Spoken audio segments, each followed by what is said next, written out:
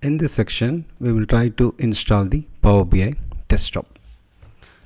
I strongly recommend you to download and install and practice along with me as part of this training course. Otherwise, it will be very difficult for you to learn if you only watch it. Let's begin. So go to the browser and click on download Power BI desktop. It will provide you the link for the downloads. That's from the Microsoft.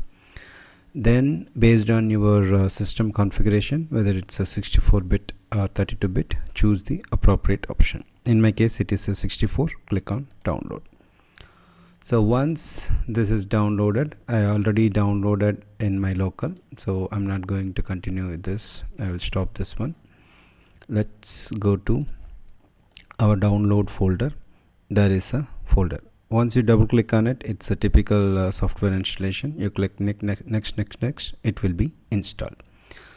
Once it is installed, how you will check? You will see Power BI desktop over here. The one appears like this. Forget about this. This is the report server. I will come to that later. Now you can see once you install, it will appear like this. Click on this. So this will help you to understand how the Power BI after installation will look like.